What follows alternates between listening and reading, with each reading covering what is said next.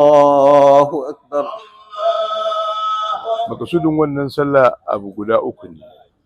Na farko mu gode wa Allah subhanahu wata'ala akan dukkan ni'imominsa da yake yi a wannan ƙasa ga wannan al'umma a koyaushe da kuma ruwan sama da ya sauka. Na biyu shine fatan Allah ya sa wannan damuna ta harshe, amfanin gona ya yi kyau, ya yi daraja, ya biya bukata duk da ake bukata, ya zama da cewa Allah ya sa albarka a cikinsa, ya sa kuma alheri a cikinsa, kuma ya amfani yadda ake so. Abu na uku kuma ya daraja, yadda masu manoma za su samu dama, ya zama da cewa abin da suka noma ya yi daraja, domin idan aka waye gari aka samu abubuwa guda uku, damunan nan ba ta harshe ba, ko amfanin gona bai yi kyau ba, ko amfanin gona bai daraja ba, to matsala ce da za ta afku aƙalla akan mutum uku. Na farko, mutane za su zargi shugabanni ba su taimake su ba. Na biyu, za su zargi attajirai ba su ba su gudunmawa ba. Na uku, za su zargi malamai akan cewa ba su yi wa shugabanni da attajirai wa'azi ba. To kaga da haka waɗannan guda uku dukkansu za su samu kansu a wannan. Babban matsala kuma shine talaka zai zama cewa ya samu kansa cikin ƙangin rayuwa, kuma noma zai mutane su dinga janyewa, domin abin da ya afko bara ya sa wasu da yawa sun tsorata da yin noma. To idan mutane suka janye daga yin noma, to duk da cewa abin da muke noma yanzu ba dole 100% ke gamsar da Najeriya ba, amma wannan zai buɗe ƙofa na gwamnati dinga cin bashi domin ta shigo da abinci. Wannan cin bashin kuma zai ƙara sa al'amuran rayuwar Najeriya ya ƙara ƙunci da tsanani. To kaga daga nan kowa ya shiga cikin musiba kenan. Da haka wannan shi yasa muka zo don mu koma ga Allah, mu roƙe shi, mu tuba gare shi domin mu samu wanyewar wannan al'amura. ووجدك عائلا وأما بنعمة ربك فحدث.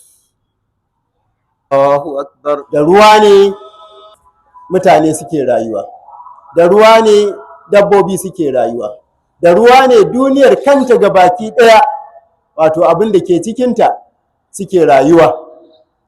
Allah maɗaukakin sarki ya jarrabe mu a cikin wannan shekara, ruwa ya makara, kuma lokacin da ya zo sai kasance jifa-jifa. Alhamdulillah, muna godiya ga Allah subhanahu wa ta'ala. A cikin wannan mako da ya gabata ana samun ruwa, sai a gode wa Allah subhanahu wa ta'ala. Tare da cewa a hakan ma, wanda wani wuri za a yi ruwa a gari guda, amma wani ɓangare ba a yi ruwa ba, za a yi a cikin gari, a wajen gari ba a yi ba. Wala Allah ma waɗanda suke cikin gari za su ga cewa to abin bai shafe su ba, saboda su ba sa noma, ba sa zuwa gona, kasuwa suke zuwa da masana'anta da ofis. Saboda haka rashin ruwan nan ya shafi waɗanda suke karkara. To amma kuma wannan ba tunani ne wanda yake miƙaƙƙe ba. Idan ba a samu ruwa a karkara ba, a sassa na garuruwanmu, to wannan zai shafi al'umma gabaki ɗaya, sai kasance an rasa amfanin gona. Abin da muke ci ba mu muke nomawa ba, waɗansu ne suke nomawa, mu kuma mu saya da kuɗi. To idan aka rasa abin da aka noman, abincin, ko kana da kuɗi sai dai ka ta yawo da kuɗinka, ba za ka samu wani abu ba.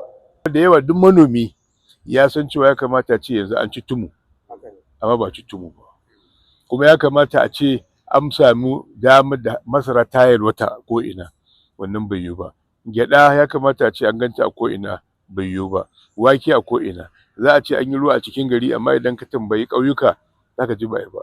Ko a ƙauyukan ma za ga an yi a wani wurin, a wani wurin ba a yi ba. Ko a cikin garin ma haka ne.